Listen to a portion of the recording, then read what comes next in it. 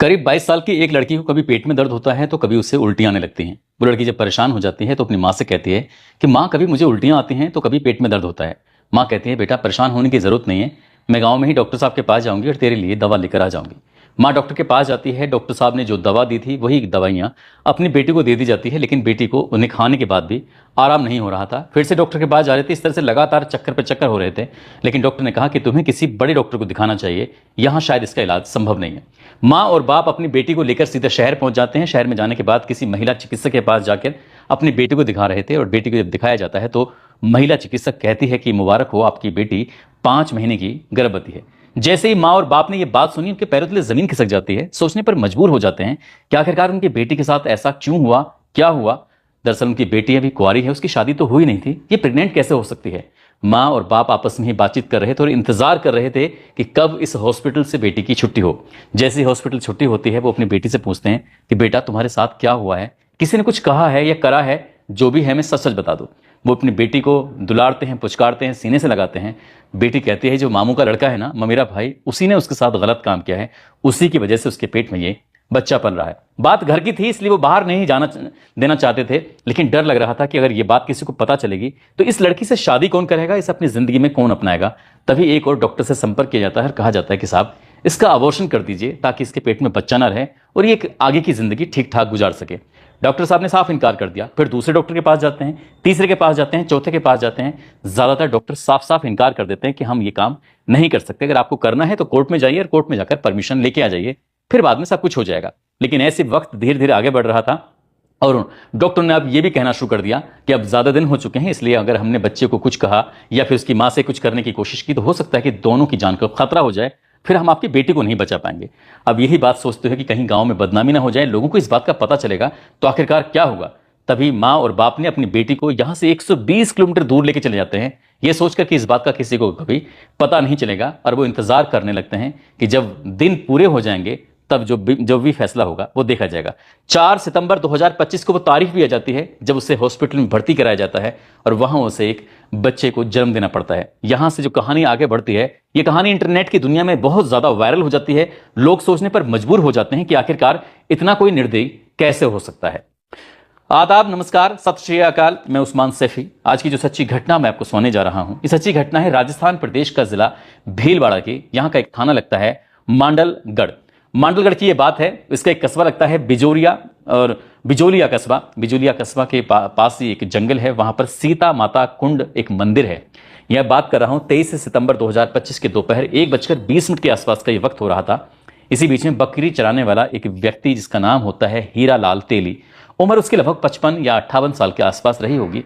वो व्यक्ति अपनी बकरियों को भी देख रहा है क्योंकि वहां जंगल है, कटीली झाड़ियां हैं, और इसी बीच में वो सुस्ताने के लिए, आराम करने के लिए पत्थरों के ढेर पर जाकर बैठ जाता है। जैसे पत्थरों के ढेर पर जाकर बैठता है तो वहां से कुछ अजीब तरह की आवाजें आ रही थी। शुरुआत में तो वो एकदम डर जाता है, सोचने पर मजबूर हो जाता है कि ये आवाजें कहां से आ रही हैं। बड़े ध्यान लगा के, क्योंकि बिल्कुल सुनसान इलाका है, दूर दूर तक कोई आहट नहीं थी, कोई किसी के आने की आवाज नहीं आ रही थी। लेकिन जब एक पत्थरों के ढेर से कुछ अजीब तरह की सिसकियों जैसी आवाजें आ रही थी तो वो समझ नहीं पा रहा था कि आखिरकार करूं तो क्या करूं।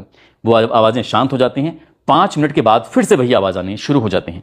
अब इसके बाद उस व्यक्ति ने हिम्मत जुटाते हुए, लगभग 55-57 साल का वो बुजुर्ग आदमी जिसका नाम हीरा लाल तेली होता है, वो पत्थरों के ढेर के पास जाता है और जाकर जब वहां देखता है तो वो एकदम से पीछे गिर जाता है। दरअसल वहां पत्थरों के ढेर के अंदर लगभग 15 या 20 दिन के आसपास का एक नवजात बालक था जो उस पत्थरों में दबा हुआ था।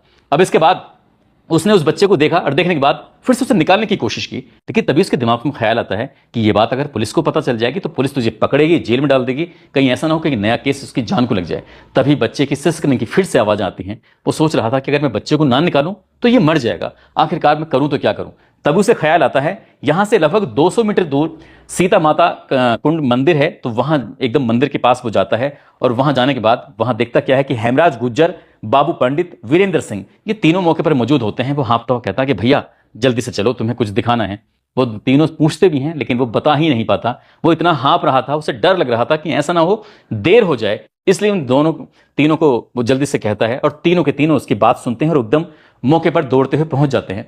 उन्होंने जो अपनी आंखों से दृश्य देखा वो भी देखकर एकदम हैरान हो जाते हैं, सोचने पर मजबूर हो जाते हैं, लेकिन डर उन्हें भी लग रहा था कि कहीं ऐसा ना हो कि कोई पुलिस केस ना बन जाए। तभी उन्हीं में से समझदारी दिखाते हुए पुलिस को फोन किया और पुलिस को फोन करने के बाद अभी तक जो उन्होंने अपनी आंखों से देखा था सब कुछ बता दिया। कहा कि साहब यहाँ पर एक बच्चा है और हम इसे कुछ हाथ वाथ नहीं लगा रहे हैं, आप जल्दी से आ जाइए। जैसे पुलिस ने यह बात सुनी, पुलिस ने कहा कि बिल्कुल भी परेशान होने की जरूरत नहीं है, जितनी जल्दी हो सके उन पत्थरों को हटाओ, पत्थरों को हटाने के बाद उस बच्चे को बाहर निकालो और बाहर निकालने के बाद सीधा उसे ठंड में लेके जाओ, क्योंकि धूप ज्यादा तेज हो रही है, उस बच्चे की स्वास्थ्य को नुकसान पहुंच सकता है। इसलिए हमारे आने से पहले तुम जो कुछ करोगे उसका वीडियो बना लेना, इसलिए परेशान होने की जरूरत नहीं है, पुलिस आपको कुछ नहीं कहेगी।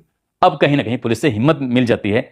हीरालाल तेली, हेमराज गुज्जर, बाबू पंडित, वीरेंद्र सिंह, इन चारों ने हिम्मत जुटाते हुए आखिरकार एक एक पत्थर को आराम से वहां से हटाया और हटाने के बाद फिर उसे देखा क्या एक बालक है, लड़का है, और लगभग उसे देख के साफ अंदाजा लग रहा था या तो 15 दिन का है या फिर वो 20 दिन के आसपास का है। जैसे ही उन्होंने उसे करीब से देखा तो उनकी जो आंखें थी वो बड़ी बड़ी हो जाती हैं, उनके शरीर के रोंगटे खड़े हो जाते हैं। दरअसल वो बालक, उस बालक के मुंह में बड़े बड़े पत्थर घुसे हुए थे और उसके होंठ चिपके हुए थे। ये बात चिपकने की ऐसे भी पता चल जाती है क्योंकि पास में ही फेविक्विक के कई रैपर पड़े हुए थे। तो उन्होंने साफ साफ अंदाजा लगाया, आपस में मशवरा करने लगे कि इस बच्चे के मुंह में जो पत्थर रखे गए हैं उसके बाद फेविक्विक से उसके होठों को चिपका दिया है ताकि ये रो ना सके, ताकि ये चीख ना सके, ताकि ये बचने के लिए किसी से कह ना सके।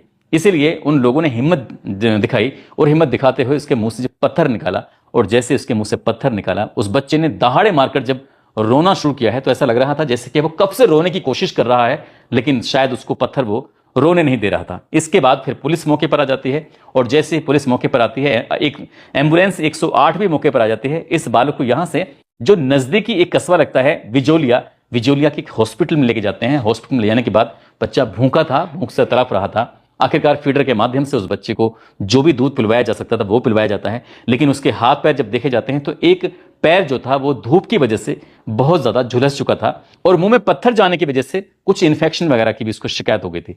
इसलिए डॉक्टर ने जो भी प्राथमिक तौर पर उसका इलाज कर सकते थे, इलाज करने के बाद तत्काल प्रभाव से उसको भीलवाड़ा के जिला अस्पताल में भेजा जाता है और वहां से फिर महात्मा गांधी हॉस्पिटल में NICU में उसको भर्ती करा दिया जाता है। अब उस बच्चे का इलाज शुरू हो जाता है।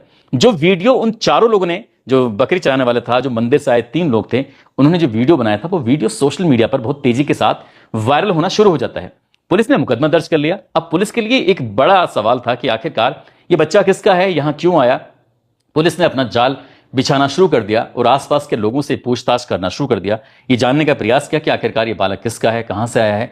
यही पुलिस पता करने की कोशिश कर रही थी और वो वीडियो सोशल मीडिया के माध्यम से न केवल भारत में बल्कि भारत के अलग अलग मुल्क, भारत से दूर मुल्कों में भी फैल चुका था। हर कोई इस बच्चे की वीडियो देखने के बाद एकदम सिहर जाता है, सोचने पर मजबूर हो जाता है कि आखिरकार कोई मां या कोई बाप ऐसा कैसे कर सकता है।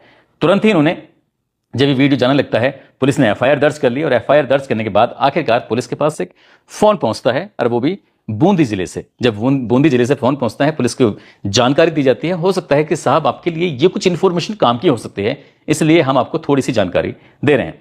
अब पुलिस ने, यानी कि भीलवाड़ा पुलिस ने चित्तौड़गढ़ में जाकर, जिला चित्तौड़गढ़ में जाती है। चित्तौड़गढ़ का एक गांव लगता है भैंस रोड, वहां जाती है और वहां जाने के बाद आखिरकार एक बुजुर्ग आदमी को पुलिस ने हिरासत में ले लिया। हिरासत में लेने के बाद उसके घर में एक महिला थी, वो भी पुलिस के साथ आ जाती है और साथ ही एक बेटी है लगभग 22 साल के आसपास की, पुलिस उसको भी लेके आ जाती है। अब लाने के बाद उनसे पूछा जाता है कि ये जो बात चल रही है इस बात का तुमसे कितना ताल्लुक है, क्योंकि पुलिस के पास जो इन्फॉर्मेशन थी वो बिल्कुल सटीक इन्फॉर्मेशन थी। आखिरकार पुलिस ने जब उनसे बातचीत करना शुरू किया तब बाप ने एक कहानी सुनाई। उसने कहा कि साहब अप्रैल 2025 के आसपास की बात है, उसकी बेटी को पहली बार दर्द हुआ, तब पता चला कि उसकी बेटी तो प्रेग्नेंट हो चुकी है, वो भी 5 महीने की। बेटी का अबॉर्शन कराने के लिए, उसका गर्भपात कराने के लिए एक के बाद एक कई हॉस्पिटलों में जा रहे थे, लेकिन कोई सुनने को तैयार नहीं था। उसे डर लग रहा था कि बेटी की शादी कैसे होगी, समाज को अगर ये बात पता चलेगी तो कोई उसकी बेटी को अपनाएगा नहीं। वो अपनी बेटी को मारना नहीं चाहता था, इसलिए उसने कोशिश की, लेकिन गर्भपात होता नहीं। इसलिए यहां से 120 किलोमीटर दूर बूंदी जिले के बसोली थाना क्षेत्र के एक खेतों की तरफ जाता है। वहां पर किसान का खेत था, किसान से उसका घर किराए पर लेता है और कहता है कि मैं मध्य प्रदेश से आया हूं, जो मेरी बेटी का पति है ना उसे छोड़कर चला गया है, इसलिए यहां उसका इलाज भी होता रहेगा, हम मेहनत मजदूरी करके अपना भरण पोषण करते रहेंगे। 1-2 महीने एक घर में रहते हैं, 1-2 महीने दूसरे घर में रहते हैं और आखिरकार उन्होंने तय कर लिया था कि 15 सितंबर 2025 तक हम यहां पर रुकेंगे, बाकी इसके बाद यहां से चले जाएंगे। आखिरकार 4 सितंबर 2025 की वो तारीख आती है। बूंदी के सरकारी हॉस्पिटल में अपनी बेटी को लेके जाते हैं और जब पूछा जाता है कि तुम्हारी बेटी के पति का नाम क्या है, तो वो पति का फर्जी नाम वहां पर दर्ज करा देते हैं और दर्ज कराने के बाद बच्चा वो एक बड़ी अच्छे से प्यारे से बच्चे को जन्म दे देती है और जो लड़का होता है आखिरकार उस लड़के को बेचने की कोशिश में जुट जाते हैं। वो नहीं चाहते थे कि उस बच्चे को मारें, क्योंकि मारना भी नहीं चाहते थे, इसलिए उन्होंने हॉस्पिटल में संपर्क किया, कई लोगों से बातचीत की, कहा कि हमारा बेटा है, बच्चा है, अगर कोई लेना चाहे तो ले लो, कम पैसों में भी हम इसको दे देंगे, इस तरह की वो बात करने लगे। लेकिन उसका कोई खरीदार ही नहीं मिलता है। जब खरीदार नहीं मिलता है तो वो परेशान हो जाते हैं। आखिरकार वो वापस उसी जगह पर आते हैं। अब वो पहले तो 15 सितंबर को वहां से जाने वाले थे, लेकिन वो यहाँ पर 23 सितंबर 2025 की सुबह 8 बजे तक रुकते हैं। और 8 बजे उठने के बाद यहाँ से बूंदी से भीलवाड़ा के लिए एक ट्रैक्टर ट्रॉली ये जा रहे थे, ट्रैक्टर ट्रॉली जा रहे थे, तो वहीं पर इन्होंने बिजोरिया में जाकर रुक जाते हैं। बिजोरिया के पास जंगल है, जंगल में सीता माता का जो कुंड मंदिर है वहां पर जाते हैं। वहां से लगभग 200 मीटर दूर जंगल की तरफ जाने के बाद जो पत्नी है, पत्नी को तो छोड़ के चला जाता है कि दूसरी जगह, और ये तिलस्वा में एक महादेव का मंदिर है, पत्नी को तो वहां छोड़ देता है, लेकिन अपनी बेटी को साथ लेकर वो बुजुर्ग आदमी पहुंच जाता है। और बेटी आराम से बैठी रहती है इत्मीनान से। बेटी की ही आंखों के सामने उसने पहले तो बिजोलिया से 2-3 फेविक्विक खरीदी, और फेविक्विक खरीदने के बाद वहां मौके पर तो पहुंच ही जाता है। बेटी पास में बैठी हुई है। पहले वो अपने नाती के मुंह में बड़ा सा पत्थर रखता है ताकि वो चीख ना सके, चिल्ला ना सके। उस बच्चे का वजूद ही कुछ नहीं था, वो विरोध भी करना चाहता तो शायद अपने नाना की उस ताकत का विरोध नहीं कर पाता। आखिरकार उस बच्चे ने रोने चिल्लाने की कोशिश की तो उसके मुंह में पहले तो पत्थर रखा, बाद में उसके होठों को चिपका दिया फेविक्विक से, और चिपकाने के बाद वहां से एक पत्थरों का ढेर था, पत्थरों के ढेर के अंदर रख देता है, ऊपर से और पत्थर रख देता है। जो पत्थर उसके जांघे के हिस्से में जाकर लग जाता है, क्योंकि गर्मी ज्यादा हो रही थी और गर्मी की वजह से वो इतना हिस्सा झुलस जाता है गर्मी की वजह से। हालांकि वैसे उन्होंने उसको मारने पीटना या गला दबाने की, वैसे उसको मारने की कोशिश नहीं की, लेकिन उनकी कोशिश ये थी कि जब इसे खाना पानी दाना ये सब कुछ नहीं मिलेगा तो जाहिर सी बात है वो दम तोड़ देगा। लेकिन जो वो कर रहे थे वो बहुत भयानक था, सोचने के लिए भी इतना किसी भी इंसान के अंदर की सिहर जाएगा, सोचने पर मजबूर हो जाएगा कि आखिरकार कोई ऐसा कैसे कर सकता है। माँ ने भी अपने बाप को रोकने की कोशिश नहीं की और नाना ने अपनी नाती को कुछ इस तरह से एक कैद खाने में रख दिया। लगभग 3 घंटे बीत जाते हैं। सुबह लगभग 10 बजे के आसपास का वाक्य था। 10 से 11, 11 से 12, 12 से 1 और 1:20 के आसपास का मसला था। इसी बीच में एक हीरालाल नाम का एक व्यक्ति होता है जो अपनी बकरी चला रहा था। आखिरकार वो बच्चा उसे मिल जाता है, वो देवदूत की तरह वहां पर एकदम प्रकट हो जाता है। आखिरकार वो बच्चा अब एक हॉस्पिटल में है, इलाज चल रहा है, उसका नाम भी रख दिया गया है। और फिलहाल पुलिस ने माँ को तो खैर कुछ नहीं कहा, मतलब उस बच्चे की माँ को और साथ ही उस बच्चे के नाना को, उन दोनों को तो गिरफ्तार कर लिया, लेकिन नानी को कुछ नहीं कहा। नानी का इसमें ज्यादा रोल नहीं था, ऐसा कुछ बताया जाता है। लेकिन ये भी घटनाक्रम पूरा सोशल मीडिया पर वायरल होता है तो लोगों को यकीन नहीं हो रहा था कि कोई ऐसा निर्दयी काम कैसे कर सकता है। लेकिन एक पिता की भी मजबूरी थी कि वो करता भी तो क्या करता। लेकिन जब बाद में ये सोशल मीडिया पर वीडियो वायरल होती है तो कई हॉस्पिटलों की तरफ से एक मैसेज वायरल हो रहा था कि अगर ऐसी कोई बात थी तो इस बच्चे को हॉस्पिटल में छोड़ जाते, हम उसके लालन पालन कर लेते। वैसे भी कई ऐसे बच्चे आते हैं उनका लालन पालन हम लोग कर लेते हैं। उन्होंने जो किया वाकई बहुत भयानक है। पुलिस इस मामले की चार्जशीट लगाएगी, अदालत पहुंचेगा, और जाहिर सी बात है जिस चीज से बचने की कोशिश कर रहे थे वही चीज इनके पीछे पड़ गई, और शायद ये जिंदगी भर उनके जो दामन पर दाग लगा है कभी मिट भी नहीं पाएगा। दोस्तों, इस पूरे घटनाक्रम को सुनाने का उद्देश्य किसी को परेशान करना नहीं है, किसी का दिल दुखाना नहीं है, बल्कि आपको जागरूक करना है, आपको सचेत करना है। और इस तरह से जो कदम उठाए जाते हैं वो वाकई गर्त की तरफ लेके जाते हैं, विनाश की तरफ लेके जाते हैं। और इस फैमिली को भी एक तरह से कह सकते हैं कि उस बच्चे की हाय लगी और विनाश की तरफ लेके चले गए। पता नहीं आगे की कितनी जिंदगी सलाखों के पीछे गुजरी।